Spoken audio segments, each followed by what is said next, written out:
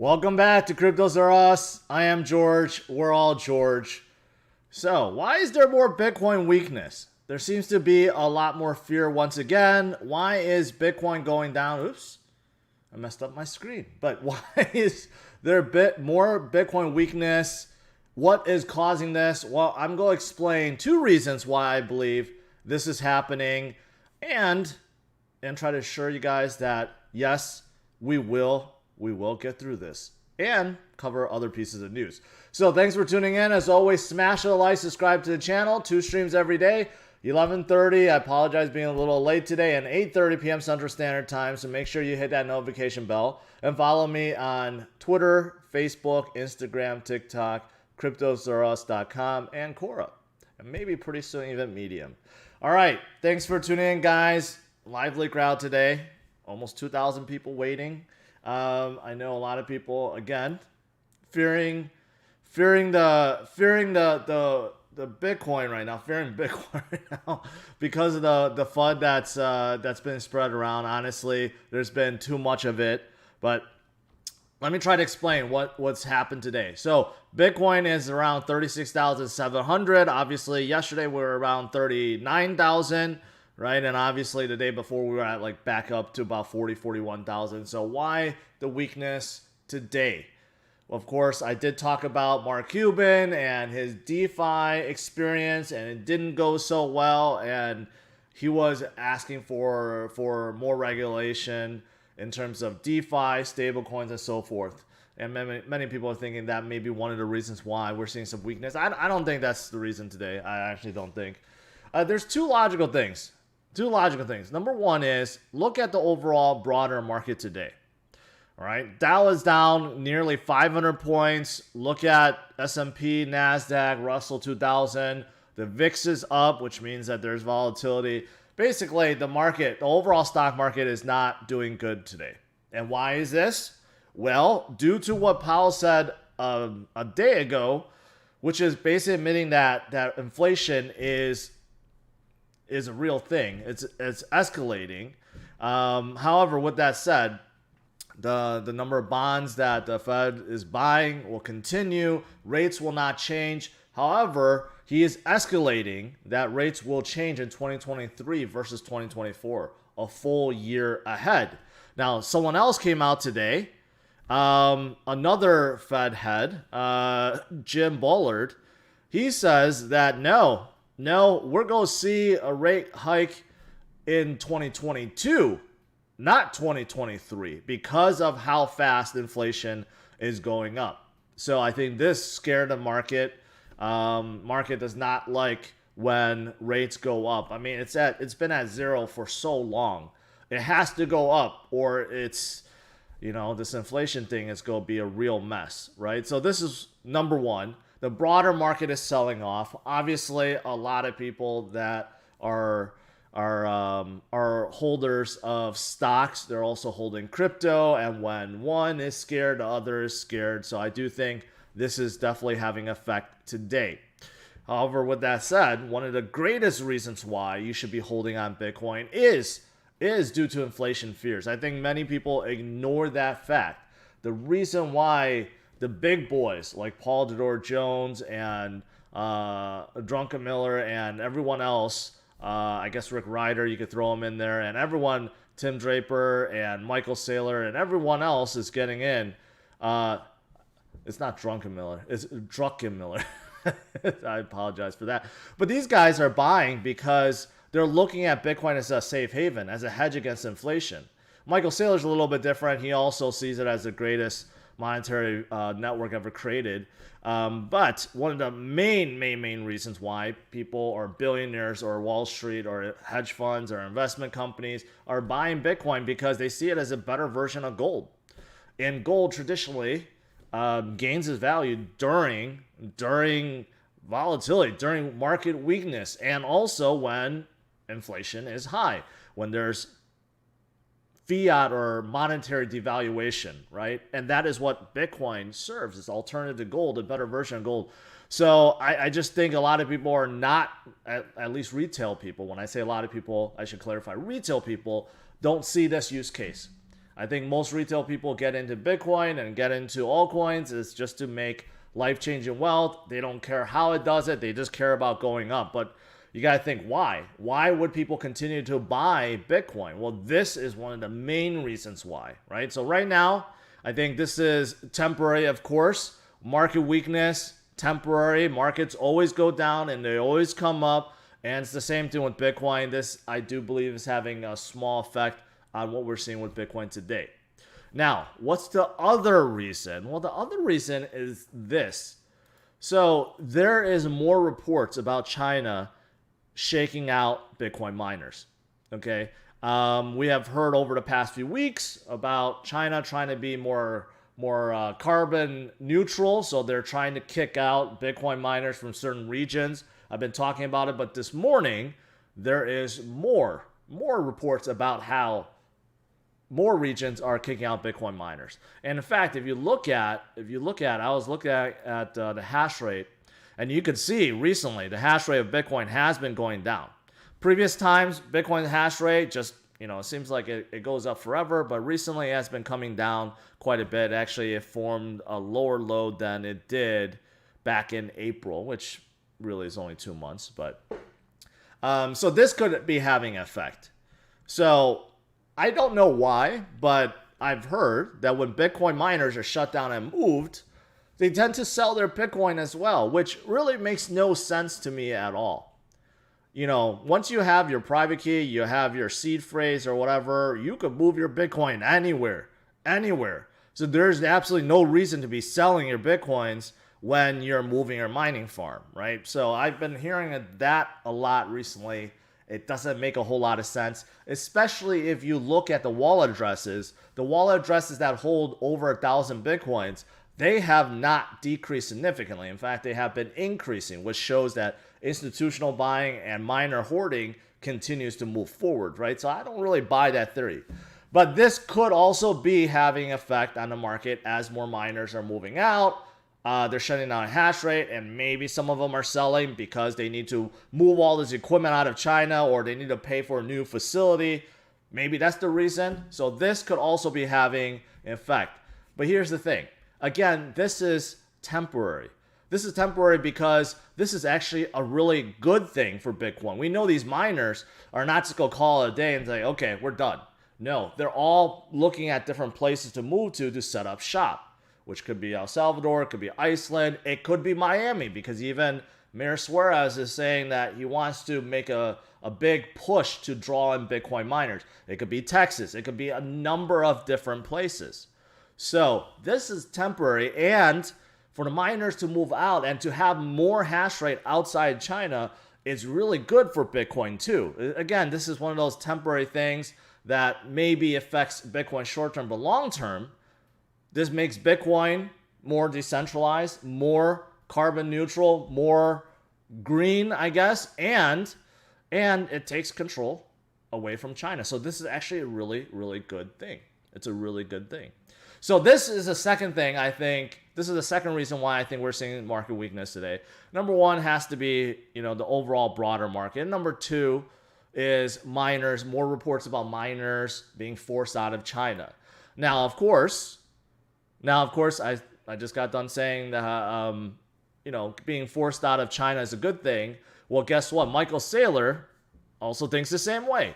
The Chinese crackdown on mining is a tragedy for China, a nuisance for Bitcoin, and a windfall for North American Bitcoin miners. You know why? Because there is one that is being listed on NASDAQ pretty soon, Bitfarms, June 21st. So they actually start trading in 3 days, and they will become the largest publicly traded Bitcoin miner in North America using 99% hydroelectric renewable electricity, right? So these miners, North American miners and other miners around the world, they're going to pick up the slack. So whatever is leaving China right now is actually terrific for Bitcoin overall. And in case you guys didn't check out this video yet, look at this. This was posted on CryptosRUs.com. This talks about this Bitcoin mining console that had their very first big meeting. I talked about it, and the meeting didn't go as planned. There were some people that couldn't get in. However, here's a really nifty I guess, infographics about energy usage on the planet Earth. So as a total, everyone on Earth is utilizing about 160,000 terawatt hours. Okay. Now, out of the 160,000 terawatt hours, 50,000 is just lost due to inefficiency. And Bitcoin is somewhere around 100 I heard between 120 and 160. So regardless, 120 terawatt per hours, right? That is less than 0.1% of all consumed energy around the world and less than 0.25% of energy wasted, right? What is energy wasted? Well, you could argue that some of the energy, like volcanic energy, is just basically sitting there. And also oil companies do flares because they have excess gas. These are wasted energies that we can actually use towards Bitcoin mining, which would be part of this 50,000 terawatt hours, which would mean Bitcoin mining just basically doesn't add any additional power to the grid, right? It's way, way off there. So that's very encouraging to see. I guess this whole thing is, it's just, yeah, I think this whole thing with the Bitcoin mining console is basically, I think too many people see it as a, as a closed group that's going to somehow affect Bitcoin's decision making or something like that. No, it's just collectively being more transparent, more educational, and working together at a greater goal. And that's ultimately what it is.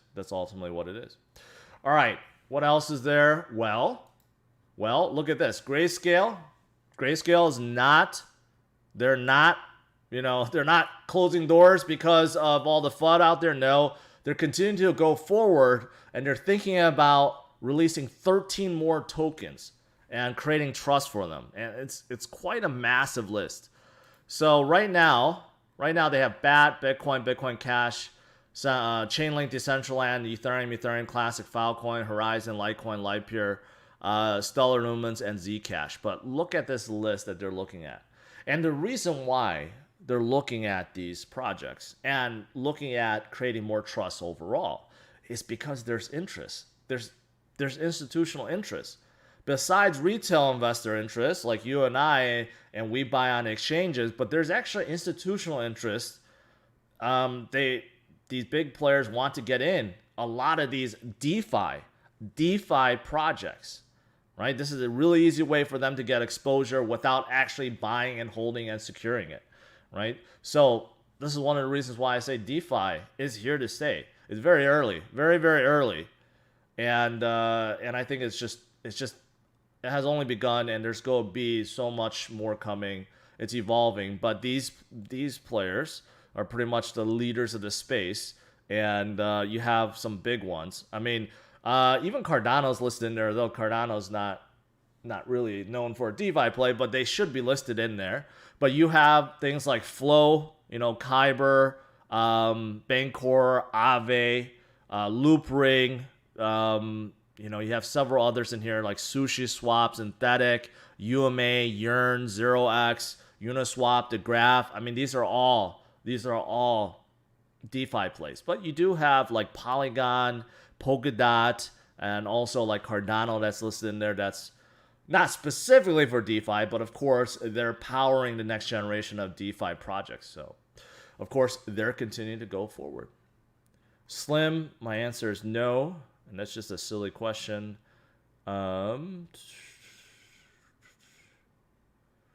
Joshua asked a question very early on about services like BlockFi. How do they hold the keys for crypto plays in their services? They give it to custodians.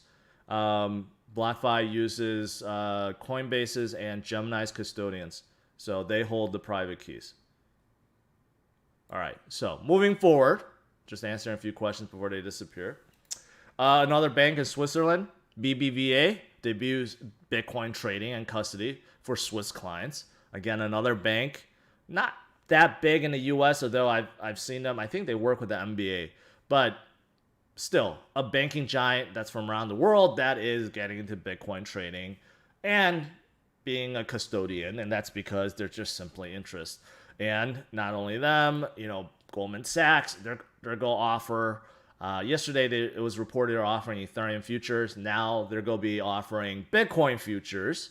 So again, with the help of Galaxy Digital, so again, every bank is really getting involved at this point because they don't want to miss out. They just don't want to miss out at this point. And then finally, you have Decentraland, and this came out yesterday, but I thought it was important to recognize that NFTs is also here to stay. Even though so many NFTs have dropped in value, mostly because there's just the oversaturation. But this shows you there's a virtual property developer that bought 259 parcels from Decentraland, which is a virtual world, for almost $1 million. For almost $1 million. That is quite a lot. That's quite a lot, right? And why do they buy it, or why does anyone buy NFTs? Well, because it's virtual property. You could argue that Bitcoin is virtual property. In fact, it is virtual property, right? And NFTs is also virtual property. It's a way for you to assign uniqueness, assign licensing to basically anything, So if you're buying virtual land in a virtual world, and many people want it, you know what? It's going to have value, and that's exactly why they bought it. And this is the reason why celebrities and everyone else is getting involved with NFT, because they're selling exclusive, tweets, pictures, or whatever, and there are certain people that will treasure it because it is virtual property, and you can't copy it. You can't copy it. That's the beauty. All right, going back, I think that's all the news I want to cover. So looking at CMC, about 1.52, so about 4.5%. 4.5% lower than yesterday. Again, this kind of correlates with everything else that's going on today. So obviously, we don't like to see this, but you know what? If you look at a grand scheme of things, like if you actually zoom out and not zoom in and look at all the all the up and downs, but if you zoom out a little bit, you look in this 4-hour chart, you realize, Bitcoin is still stuck in this range, right? Between 43,000 and 31,000. So it's still hovering right in between. So this is not anything unusual, not something that we haven't seen before. In fact, just a few days ago, we were actually at a lower price, right? So why is Bitcoin still stuck in this area? Well, you know what? Bitcoin does what it does. This is what I've been saying for quite a long time. Bitcoin does what it does until it's ready to make the next leg up. And institutional interest and countries' interest and retail investor interest, they haven't stopped. So I think right now, the miners getting pushed out of China does have effect, I believe. And also overall stock market, the broader market with Powell and everything else that's going on, that's definitely having a market. But we know this is temporary. We will get past this. So hold strong, right? Don't lose control. Don't panic sell. Never panic sell. And stay true to yourself. Don't lose becoming the person you are meant to be. And that is someone financially free and someone that is in control of your own money, and someone that will break through.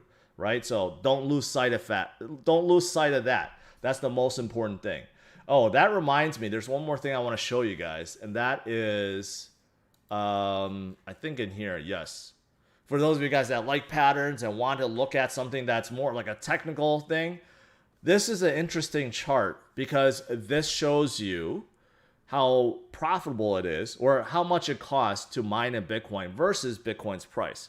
So the red is basically an estimate of how much it costs to mine a single Bitcoin. Now, there's a deviation because depending on miner setup, the efficiencies, how big they are, what kind of electricity they're, the rate for their electricity and so forth. So there's a deviation. But overall, you could see for the most part, you could see that Bitcoin hovers above it, which shows that the miners are they're making money, right? And this is right here, 2017.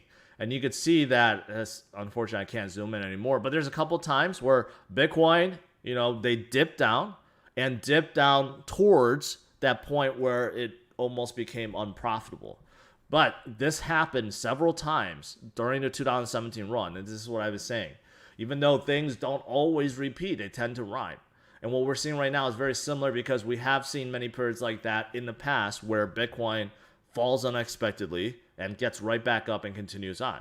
So in 2019 and 2020, when Bitcoin took a big dip down to 3,100 and 3,800, you could see, yeah, it was actually in the red, meaning the miners were actually operating at a loss.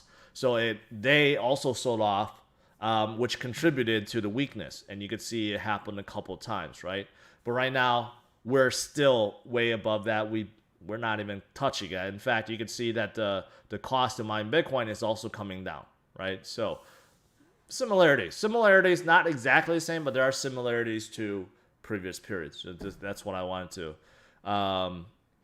Yeah, I just want to show you guys that. All right.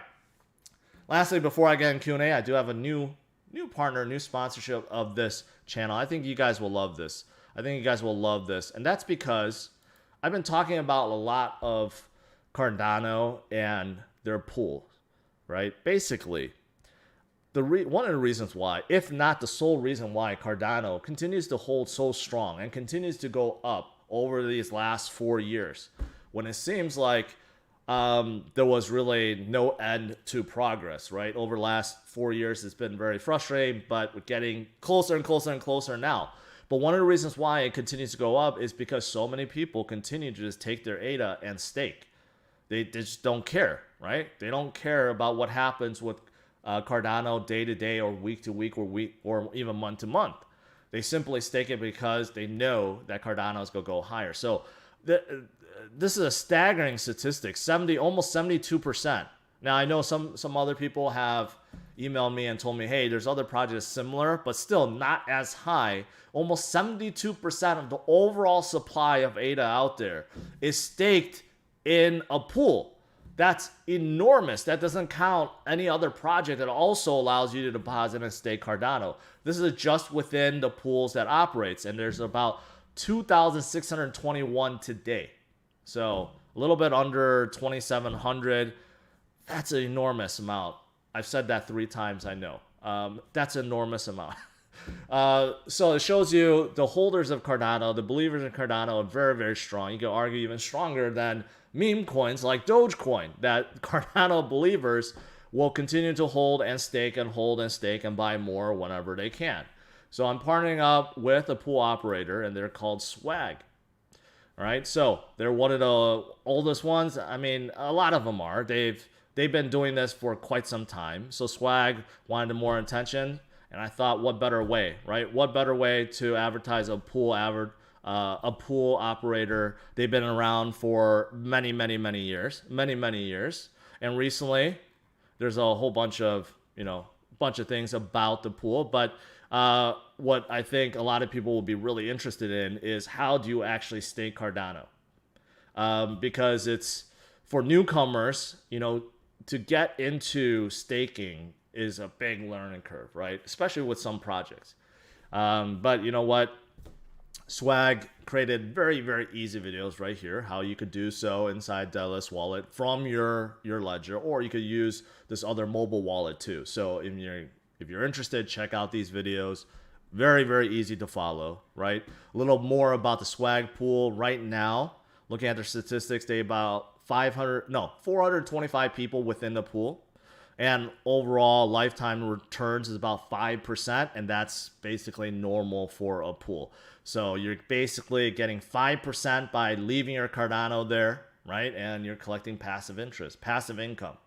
So for those of you guys that are true long-term holders, you might as well just get some passive income. Why not if you're going to be holding anyways, right? And, here's their Telegram page. Twitter page, over 5,000 people following their support group in Telegram, about 200 members. So if you guys are interested in staking your Cardano because you just want to hold it and you want to stake it, check out Swag stake pool. Their URL is in the description of this video. All right, guys, let's now do some Q&A.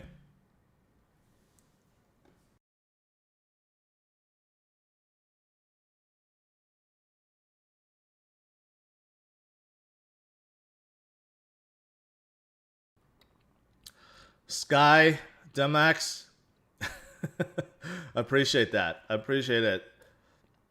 I'm not gonna say it back, but I get you, bro. I get you. Going back Mike P asks, what payment network do you think will most likely succeed in the future? Cody, Flex, and Amp, and others I've missed. I mean, a lot of them have their own. You could think about a lot of projects have their own wallets, their mobile wallets that you could use as a payment system too. So there's a few out there. You mentioned Cody, Flexa, Amp. Cody also powers Ada Pay, but there's a lot. Even the mobile wallets for Bitcoin and these universal wallets, they could all operate similarly. So I don't know if there's like one that is going to be the de facto one. I honestly think there hasn't been one that has yeah, I don't think there's one that really has taken market lead, really. So I think it's still up in the air. You know, obviously Flex on Amp, they have good traction. Cody and AdaPay will have good traction, but there's others that can have similar traction too.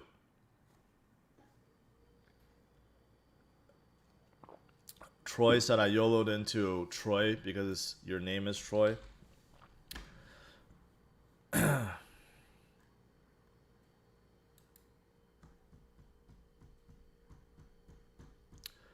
Redefine trading beyond exchange, moving to a smart hybrid assets management platform. Hybrid assets management platform. All right, so they're pretty much a liquidity aggregator. So they'll aggregate liquidity from major dexes, centralized exchanges, liquidity pools, and others into one global pool. In one global pool? That's weird. Okay. Well, they have some good backers, that's for sure. Consensus, Binance, NGC. They got some good backers. Okay. So I'm guessing this is just like a terminal trading platform that gets liquidity from multiple places, right? With good backers. So it could be good. Could be good. Where they are on Binance right now. And Binance Dex. Could be good. I don't know too much more about them.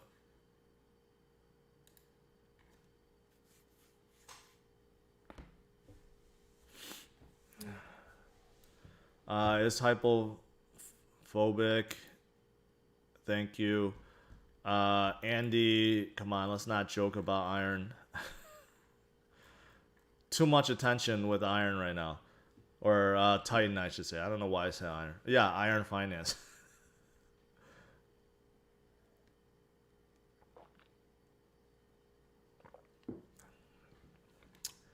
Jimmy, you know what? Just don't worry about end of year. Okay, Link is the biggest Oracle by far.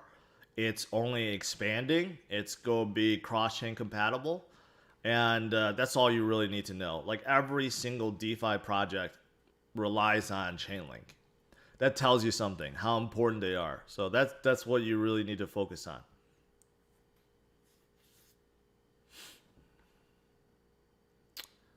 Marco, I think, paying with crypto for travel.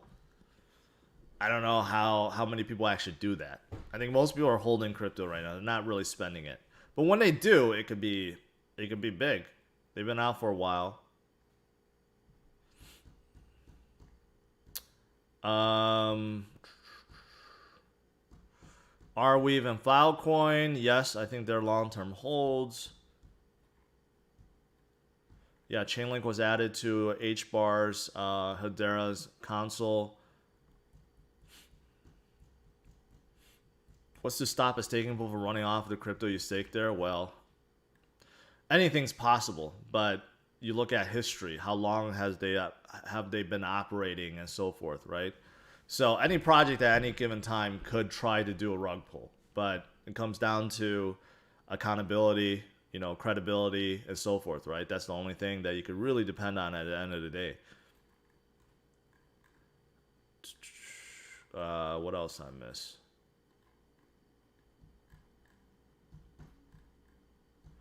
Vet to $2.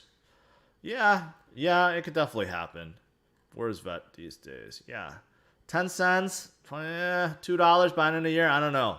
But can it get there? Definitely. Definitely. Can you go on Jimmy Dore's show? I don't know who that is. I have no idea. Do you keep track of an asset performance? If so, what do you use? I use the Delta app. I think it's a really nifty app. Sometimes it crashes and it's slow, but the Delta app is pretty good. And you can hook it up directly to the exchanges, or you can just manually type it in. So it keeps track of everything.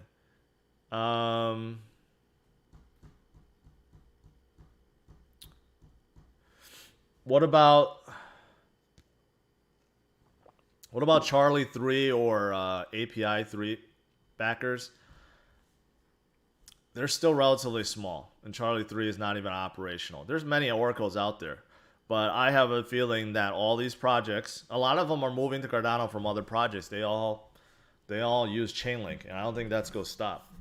So, who knows? Maybe one day one of these other oracles will do really well and grab a ton of market share away from Chainlink. But right now, it's not even close. What are your thoughts on crypto IRAs like I Trust Capital? Well, I'm glad you asked, because these are a sponsor. But when it comes to crypto IRA, I believe they're the only one in town. And I've talked to many people beforehand. They all love them. You know, it's very low fees, lower fees than even trading on an exchange like Coinbase or Gemini. And they're adding a ton of crypto. I just covered it yesterday. They added SushiSwap, Compound, Uniswap, Cardano, Doge, of course, Bitcoin, Ethereum, Litecoin, Chainlink. They're adding a lot more, right? So if you're in it for long haul, right, you could trade endlessly with your IRA without being taxed on it. So that's a pretty big thing.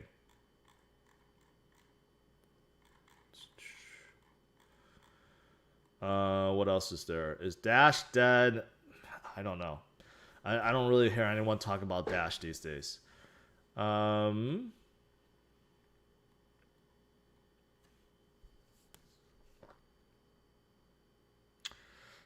not I'm not really familiar with any of those projects, so I can't really tell you which one to go with. I've heard of them, but I never did any deep dive into them. ICP, I'm still not a fan of. It just seems like there's a lot of questionable things about their setup. They're very encompassing, project. They were overhyped, but if you look into them, there's like a few question marks. Richard, someone asked me about Sun. I believe it's a redenomination, and whenever a project goes through a redenomination, the prices gets screwy. I believe that's the case. So look into that.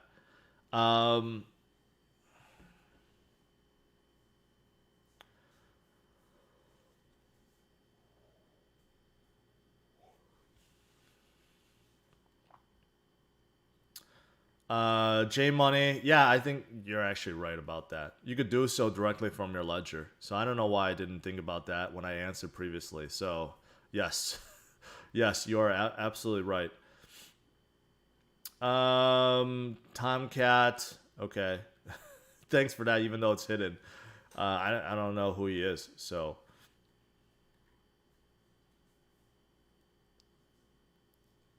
Moon 24, pretty much. That's exactly it.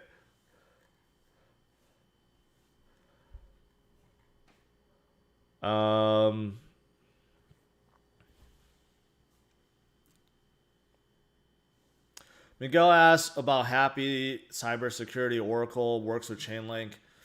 It's not I'm against it. I just think Chainlink could be used for the same purpose. Happy doesn't do anything other than track transactions. It's just it's more geared towards cybersecurity, but unless you program it right and you look at the right things, it doesn't really do anything other than it warns you.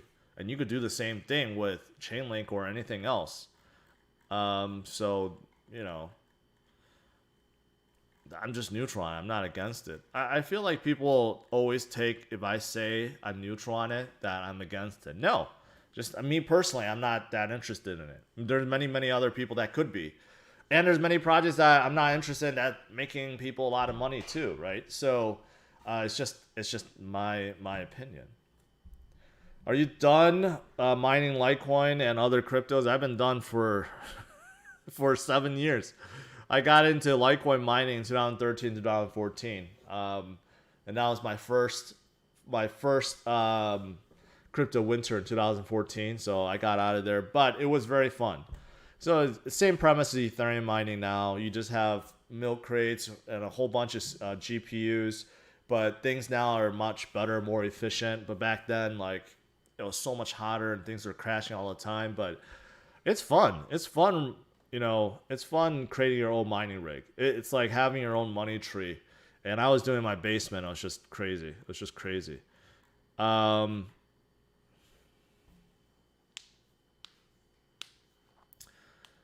Marquise asks, considering how many screwed up videos there are on the dark web, do we really think a decentralized YouTube is a great idea?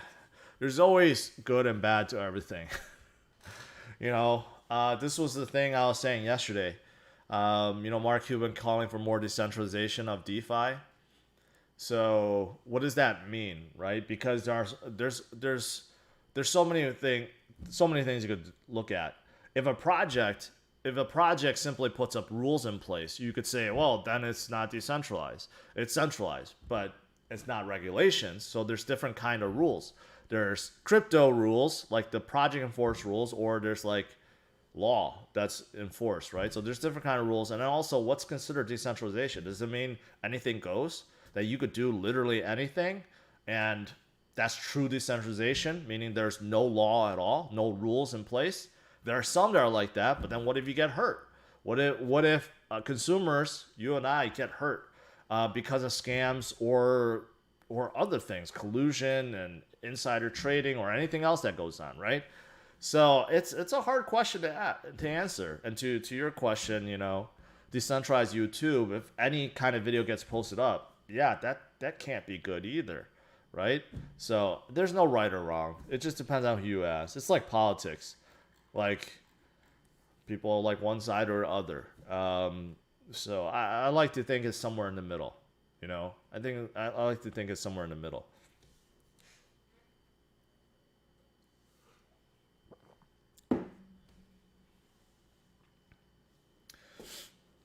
Viv, there's more decentralization than just about nodes being spread more sparsely. Look at Ripple, for example. Ripple and XRP Ledger are supposedly two separate entities, and there's thousands of nodes for XRP Ledger, but Ripple owns more than 51% of the total circulating supply of XRP. So you could argue that's not decentralized when one entity owns more than 51% of the floating tokens, even though there's thousands of node operators, and I don't believe any of them are run by Ripple. So decentralization it's a bigger conversation than just having more nodes. That's not it at all. And there's decentralization talks about governance too. Should there be any centralized head? Should there be a leader at all? Or should all the power and all the voting and everything go to the people? Some will argue, no, you still need strong leaders. I believe that. But some say, no, you let the people decide. But then, is the project going to go anywhere? So decentralization is this topic is very encompassing. I don't think there's any true right or wrong answer. Ultimately, the open market will decide, right? The market will decide what the people want and like, and they will dictate who wins. All right, guys, that's pretty much it. Let me end it. So overall, why did Bitcoin go down today? Why is there more weakness? Well, the overall markets aren't doing too good right now because of all this fear about rate hikes due to inflation. But honestly, for us Bitcoiners, we should welcome that.